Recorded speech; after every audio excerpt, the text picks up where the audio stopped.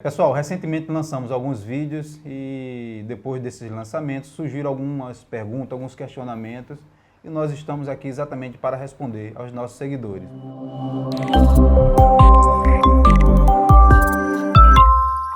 Bem, gente, foram várias perguntas. A primeira pergunta é sobre a Assembleia Ordinária, João. A pergunta é a seguinte: podemos tratar qualquer assunto em Assembleia Ordinária ou só prestação de conta e previsão orçamentária? Bom, nós sempre chamamos a atenção para os nossos síndicos e os nossos condôminos que sempre procurem observar o que diz a convenção condominial. Algumas convenções diz que é para tratar apenas do assunto de prestação de conta e previsão orçamentária, que é o que nós chamamos de definição de taxa condominial. Mas também existem algumas convenções que incluem a questão de eleição de síndico, né? Então é importante sempre observar o que diz a convenção condominial. Tem algumas convenções, inclusive, que restringem, né? Diz que a AGO é única e exclusivamente para falar sobre esses assuntos. Outras deixam até mais aberto o assunto, você pode até incluir outro assunto na Assembleia Ordinária. Então a dica que a gente deixou no vídeo e que fala aqui no Habilita e Responde é que sempre observe a convenção, para não cometer algum erro, né? Vamos para a próxima? Vamos lá. O condômino perguntou, a gente divulgou o vídeo sobre reforma e nós vamos responder a seguinte pergunta: podemos retirar paredes em reforma nas unidades? Isso é um assunto muito sério.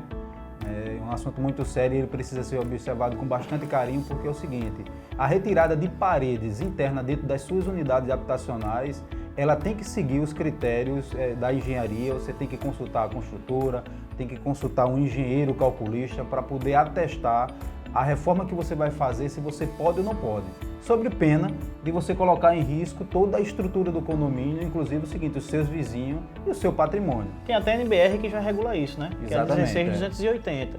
Então essa NBR informa que qualquer reforma que seja feita nas unidades habitacionais tem que ser acompanhada de uma RT fornecida ou para um arquiteto ou pelo engenheiro. Que nós falamos sobre isso no nosso vídeo que nós falamos sobre reforma, entendeu? Então é importante seguir isso não é nenhuma dica, gente, isso na verdade é legislação. Uma perda de garantia do seu imóvel junto à construtora, porque dependendo da intervenção que você faça, vai de qualquer forma ir de encontro ao projeto original do prédio e a construtora, logicamente, ela exime qualquer responsabilidade dela e muitas vezes os condôminos não têm esse entendimento e acham que reforma é uma coisa simples que pode ser feito, né? Pode entrar, pode tirar a parede, pode botar com bogó, pode tirar a janela, pode tirar a porta e não pode, né? É importante sempre seguir essa dica. Procure a construtora, apresente seu projeto com a RT do responsável que está elaborando o projeto, para que seja atestado antes que você faça essa reforma, para você não assumir responsabilidade desnecessária. Contratar profissionais habilitados em cada segmento não é despesa, é investimento. A gente tem experiência nisso. O próximo é o seguinte, o próximo é sobre inadimplência. Esse vídeo de inadimplência, João, não gostou não, não foi? Eita, esse vídeo de inadimplência eu não gostei não. E foi? Tu tá bem devendo em algum canto, né, velho? Eu acho que eu tô devendo o condomínio meu de Gravatá, eu vou até procurar ver isso. O condômino ele mandou perguntando o seguinte: meu condomínio tem 17% de inadimplência, estou pagando pelo inadimplente? Isso é uma pergunta que, na grande maioria das vezes, quando nós tratamos sobre previsão orçamentária, que é o chamado reajuste de taxa condominial, e aí muitos dos condôminos de forma, vamos dizer assim, inocente diz, não, mas aí eu estou pagando pela inadimplência. Pessoal, não é bem assim, certo? Todas as vezes que nós apresentamos uma previsão orçamentária, e todas as administradoras que eu conheço é dessa forma, e a que não fizer dessa forma está fazendo de forma equivocada, você provisiona dentro do orçamento o fundo de reserva, e esse fundo de reserva ele funciona exatamente como uma reserva técnica para dar o suporte na inadimplência. Também. O condômino só está pagando uma inadimplência se dentro da previsão orçamentária for computado os 17% da inadimplência. Aí sim, você está pegando a inadimplência do condomínio e está rateando para os pagantes. E nenhuma empresa faz dessa forma, e se fizer, está fazendo de forma equivocada, certo? O que você, na verdade, deixa de receber do condomínio, quando existe uma inadimplência acentuada, é alguns serviços, e aí sim você está sendo prejudicado, certo? Mas o condômino que é pagador, né, que cumpre com suas obrigações religiosamente, ele, em hipótese alguma, está pagando pelo inadimplente. Ele está sendo penalizado? Está sendo penalizado porque alguns serviços, algumas manutenções que poderia ser feita se todos os condôminos pagassem religiosamente em dia, né? fizerem, não está fazendo, então deixa alguns serviços, algumas manutenções, algumas aquisições de serem feitas. Vamos para a próxima. Essa última pergunta foi sobre o vídeo da Lei do Silêncio, aquele que a Rede Globo já ligou para mim, o SBT. Estava sofrendo. Eu tava sofrendo. Mas resolveu aquele problema em casa, resolveu já? Vamos para a pergunta que é melhor. Bem, a pergunta foi o seguinte: quando algum condômino está fazendo barulho exagerado após as 22 horas, o que nós condôminos devemos fazer? O engraçado é que o pessoal ainda tem esse estigma de 22 horas. Né? Tem um entendimento equivocado que a lei do silêncio só funciona depois das 22 horas. E não é dessa forma, gente. A lei do silêncio, ela funciona 24 horas. Só que a cada horário do dia, por exemplo, amanhã tem uma quantidade de decibéis, à tarde tem outra quantidade de decibéis.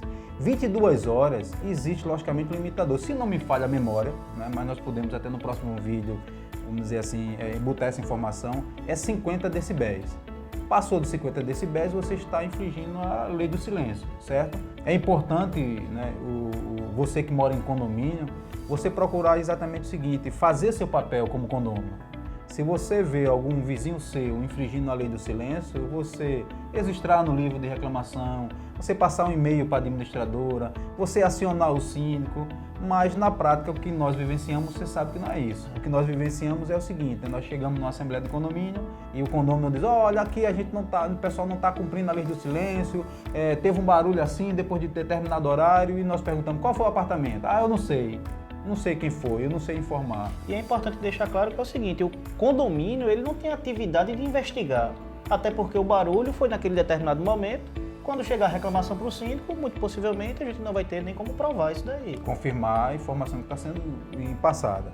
Por isso que na nossa empresa nós criamos um critério, que o critério é o seguinte: nós só advertimos um condômino infrator, né, que está descumprindo o regimento interno, a convenção, a lei do silêncio, quando existe uma notificação formal, ou seja, quando o condômino nos liga, se identifica dando o seu nome completo, o apartamento, informando qual é o condômino que está infringindo a lei do silêncio, e aí com base nisso, logicamente, nós fazemos as notificações de acordo isso com a convenção. Isso para proteger, inclusive, o próprio condomínio, né? Para proteger o condomínio, porque nós já tivemos situações, né, e você sabe disso, de nós recebermos uma reclamação de um condomínio: ó, o apartamento 1703 está fazendo reforma usando furadeira, isso dia de domingo, 9 horas da manhã. E por coincidência, né, eu recebi essa reclamação, o condomínio estava realmente enfurecido, e liguei para a portaria. E recebi a informação do porteiro o seguinte: seu João, esse apartamento aí 1701, ele nunca foi habitado, não tem ninguém morando lá.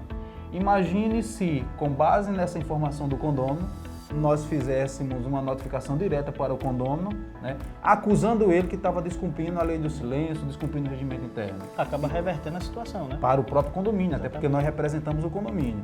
Então, é importante os condôminos entenderem que quando nós criamos esses critérios de só advertir um condômino por descumprimento de normas condominiais e da lei do silêncio, é para a gente ter exatamente um suporte por parte dos condôminos, que ele assuma a sua cota-parte de responsabilidade dentro desse processo, denunciando o condômino que está infringindo as normas condominiais e a lei do silêncio. Foram várias perguntas sobre vários temas que a gente já vem divulgando. Esse vídeo já ficou até um pouco grande, não foi, João? A gente se compromete com vocês de fazer outro vídeo, respondendo mais perguntas, e é isso que nos motiva, né? Tá recebendo, a gente produz conteúdo para condomínio. É importante que nossos seguidores, nossos clientes, eles nos perguntem, utilizem desse nosso serviço que a gente distribui de forma gratuita e que a gente produza conteúdo de resposta. Então assim, gente, ó, dá um like no nosso vídeo aí no YouTube, nos segue nas redes sociais, compartilha, que isso nos motiva a produzir mais conteúdo. Então manda sua dúvida que a Habilite responde. Vamos fazer daqui de um jeito diferente. Habilite Serviços, tornando fácil a difícil tarefa de ser síndico.